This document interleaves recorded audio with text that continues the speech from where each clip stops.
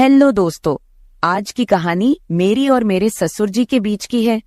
मेरा नाम अंजलि है और अब मेरी उम्र 23 साल है। मैं एक सुंदर विवाहित जवान स्त्री हूँ। मेरा कद 5 फुट 5 इंच है और मेरा रंग गोरा है। मेरा जिस्म बिल्कुल कारीगरी की तराशी हुई संगमरमर की मूर्ति की तरह है। मेरी शादी हुए 3 साल हो गए हैं और मेरा एक बेटा है जो कि मेरी शादी के 2 साल 3 माह बाद हुआ था और अब 9 माह का है।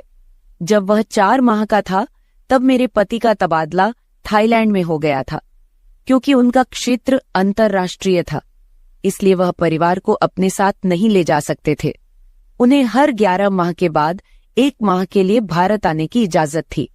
विदेश जाना उनकी मजबूरी थी, इसलिए मुझे और मेरे 4 माह के बेटे को अकेला छोड़ गए थे। हम अकेले न रहे, इसलिए मेरे पति ने मेरे ससुर यानी कि पिताजी को हमारे साथ रहने के लिए शहर बुला लिया था। मेरे ससुर जब हमारे साथ रहने के लिए आए तब उनकी उम्र 49 साल की थी। वो हमसे अलग गांव में रहते थे।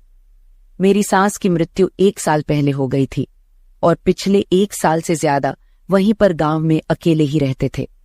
पापा जी आर्मी में सूबेदार रह चुके थे और रिटायर होने के बावजूद वह बहुत फुर्तीले थे। आर्मी के तौर तरीके और तहजीब वह अभी तक नहीं भूले थे।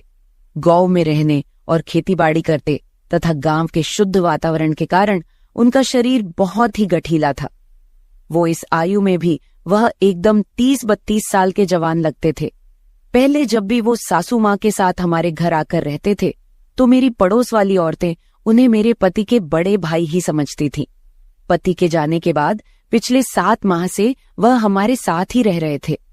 पढ़े लिखे होने के कारण उनका उठना बैठना और पहनावा भी शहरवासियों जैसा है, इसलिए मेरे साथ घर में बहुत जल्दी एडजस्ट हो गए थे। घर के काम और बच्चों की देखभाल में मेरा हाथ बटा देते थे। मेरे पति को जाना बहुत पसंद था और शादी के बाद कई दिनों तक ऐसा नहीं हुआ कि हम उनके बिना रहे हों। अब मेरे पति को थाईलैंड गए हुए लगभग 7 माह हो चुके थे। इन 7 माह में पहले 2 माह तक मुझे एक बार भी क्रिकेट खेलने को नहीं मिला, इसलिए मैं इतनी बेचैन रहती थी और सारा दिन तड़पती रहती थी, पर कोई भरोसे का नहीं था। लेकिन 5 महीने पहले अचानक ही एक ऐसा अवसर मिला जिससे मेरी जिंदगी में बहुत बड़ी खुशी मिली और वह अब तक जारी है। ये उस दिन की बात है जब मैं घर की सफाई का काम करती हुई पापा जी के कमरे में गई तो मैंने पाया कि वो कमरे में नहीं थे। मुझे समझ में नहीं आया कि वो कहाँ गए होंगे, इसलिए मैं इधर उधर देखने लगी और तभी मुझे उनके बाथरूम की लाइट जलती हुई नजर आई। मैं जिज्ञासावश उठी और उनको देखने चली गई। वहां मैंने देखा कि बाथरूम का दरवाजा थोड़ा सा खुला हुआ है और अंदर से कुछ अजीब सी आवाजें आ रही हैं। मैं सुनकर घबरा गई और सोचा कि शायद पापा जी की तबीयत ठीक नहीं है या वह किसी तकलीफ में है। मैं घबराहट में जल्दी से बाथरूम का दरवाजा खोलकर अंदर झांकने लगी। अंदर का नजारा देखा मेरे तो होश उड़ गए। पापा जी अपने महाराज की बड़ी तसल्ली से मालिश कर रहे थे। इससे पहले मैं अपने आप को संभालती तभी मैंने देखा कि पापा जी जोर जोर से सिसकियां ले रहे थे। यह सब देखकर मेरी नजर में जोर से एक लंबी सांस निकाली, जिससे सुनकर पापा जी ने पलट कर देखा और मुझे देखते ही गुस्से से बोले, तू यहाँ पर क्या कर रही हो? उनके गुस्से से भरी आवाज सुनकर मैं डर गई और बिना आवाज दिए वहां से भाग गई। इस घटना के 2 घंटे बाद मैं तो उनके सामने भी नहीं गई, लेकिन दोपहर का खाना बनाने के समय बेटा तंग कर रहा था तो मुझे मजबूर होकर पापा जी के पास जाना पड़ा। तब पापा जी बिल्कुल सामान्य तरीके से पेश आए।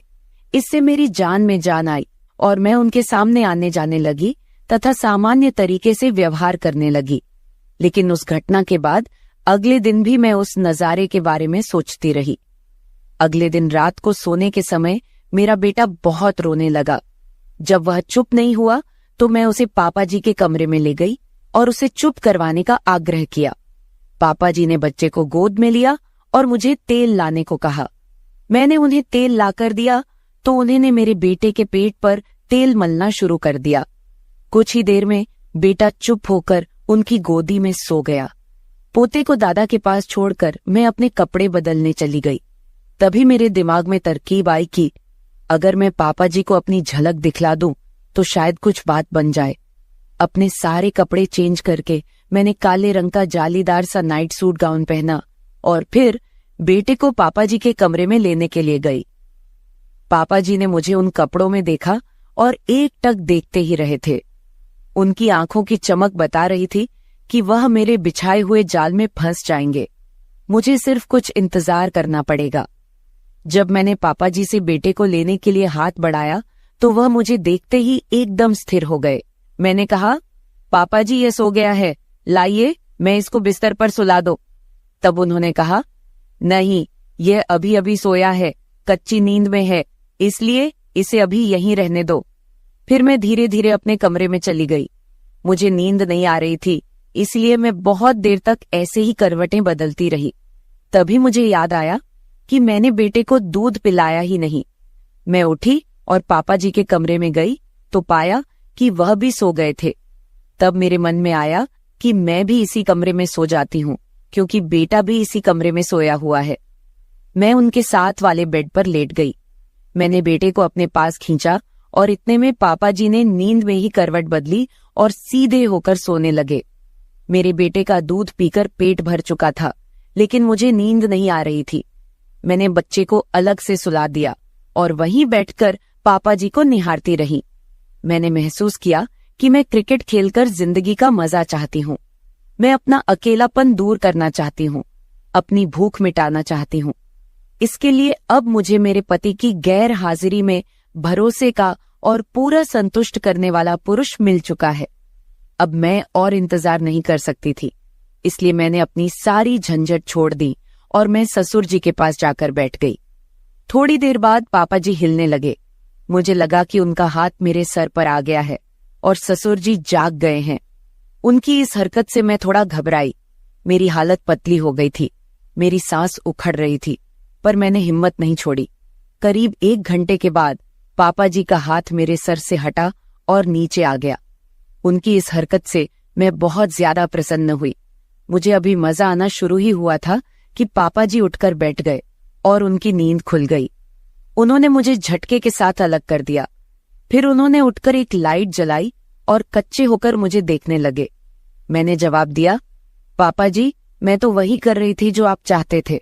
पापा बोले, मैंने ऐसा करने को कब कहा है, तुम्हें ऐसा नहीं करना चाहिए था और माफ कर देना चाहिए था। मैंने कहा, पापा जी, मैंने आज तक आपके किसी भी आदेश का इशारा कभी नहीं टाला, तो मैं कैसे ना आपकी बात मानती। पापा जी ने उत्तर दिया, अरे मैं तो नींद में और सपने में था, जिसमें यह सब तुम्हारी सास कर रही थी, इसलिए मैंने ऐसा इशारा किया होगा। मैंने कहा, पापा जी तो क्या हो गया, अगर मैंने इशारे को आपका देह समझकर आपकी सेवा कर दी तो आपका सपना और मेरा कर्तव्य पूरा हो गया है। पापा बोले, अरे तू बात क्यों नहीं समझ रही हो? मैं नादान बनती हुई बोली। इससे पहले कि वह कुछ कहे और बात ज्यादा बिगड़े, मैं उठकर खड़ी हो गई और उन्हें आगे कुछ बोलने का कोई मौका दिए बिना मैं उनके पैरों को पकड़कर नीचे बैठ गई और माफी मांगने लगी। पापा बोले, तुम ऐसे घबरा गई हो जैसे पता नहीं क्या हो गया हो। मैं तो तुमसे मजाक कर रहा था। उसके बाद पापा जी ने मेरे साथ क्रिकेट खेलना शुरू कर दिया। पापा जी ने मेरे साथ क्रिकेट खेलकर मेरे अकेलेपन और बेचैनी को दूर कर दिया है। पापा जी ने मुझे महसूस ही नहीं होने दिया कि मेरा पति घर पर नहीं है। अब पापा जी मेरे साथ एक दोस्त की तरह रहने लगे हैं। अब मुझे जिंदगी जीने का काफी मजा आ रहा है।